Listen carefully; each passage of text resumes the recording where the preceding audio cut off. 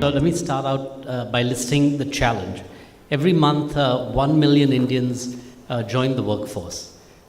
For them to get jobs, they have to be educated, at least at a basic level in terms of language skills and math and science.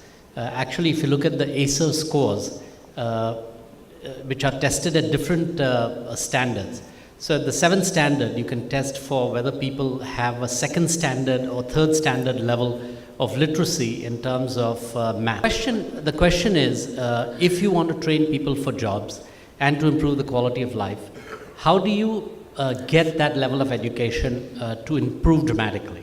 A lot of work has been done on it, and one of the biggest drivers of better education is the quality of teachers and the way that teachers teach, whether they have the right training, whether they're teaching the children in the appropriate way, whether they have the right textbooks, and whether they can show, they can teach them to do that. And that's an area where we're all spending a lot of time trying to understand how to improve. So the Quality Council of India, anyone who's involved in quality knows that the very first thing you do in quality is you start to measure. If you don't measure, you have no idea how you're doing.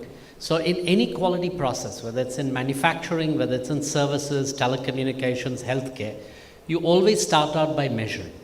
We don't have very good systems for measurement of educational outcomes and pedagogy as to how teachers are teaching. And so the Quality Council of India is trying to lay out some methodologies so that we can at least establish a baseline about how kids are being taught in school so that we can then improve on it. If we don't have that baseline, it is very difficult to improve. Later on, when we talk about technology, I'll come back and talk about how one can leapfrog, but I wanted to just lay out the challenge of how to improve teaching in schools. There are over 250,000 schools in India. And, so you'd have over 1.5 million teachers at the minimum, and you have to try and improve their capability. In any country that has attempted anything of this scale, it would take a generation to improve that. And we don't have time for a generation. In another 10 years, we'll have 120 million people coming into the workforce who've not been adequately trained.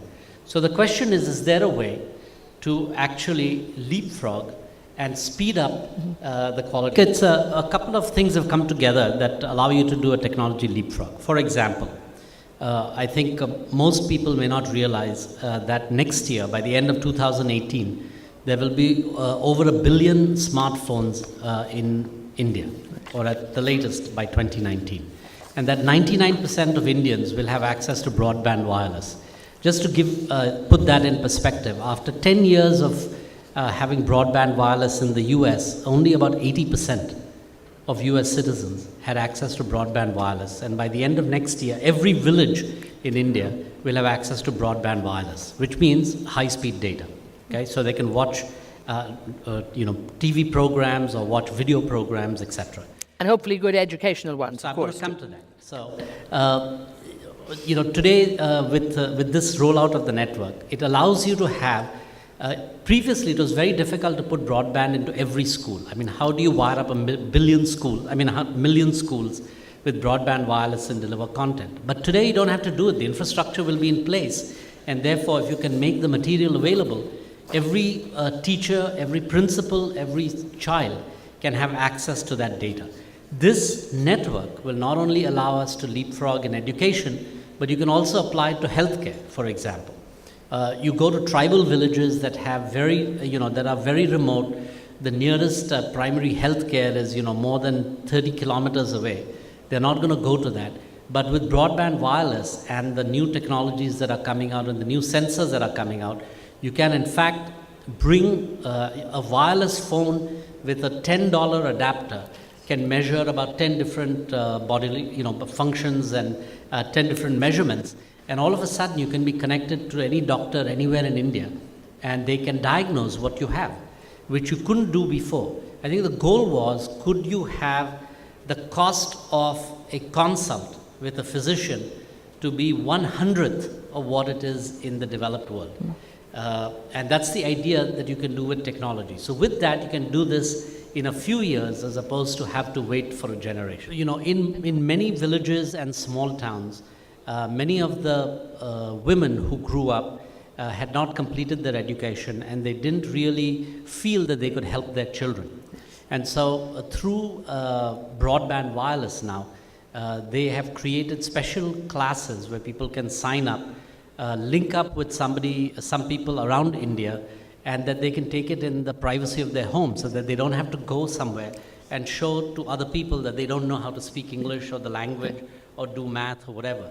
And so we thought that this would be a very good program to get mothers to sign up so that they could teach their children. And one of the most interesting things we noticed is that grandmothers and great-grandmothers were signing up because they said, when we grew up, we never had a chance to learn this. And so we want to learn it for ourselves. And so can you imagine, I think we had one 95-year-old woman who signed up. The average age of people who are signing up is in their 70s and 80s to get educated.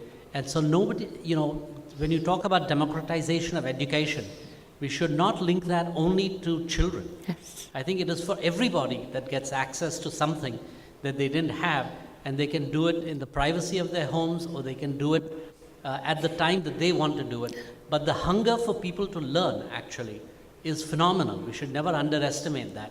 And when we give people an opportunity to do it in a simple way, at their own time, at their own pace, we'll all be amazed at how much people are willing to, time and effort people are willing to learn.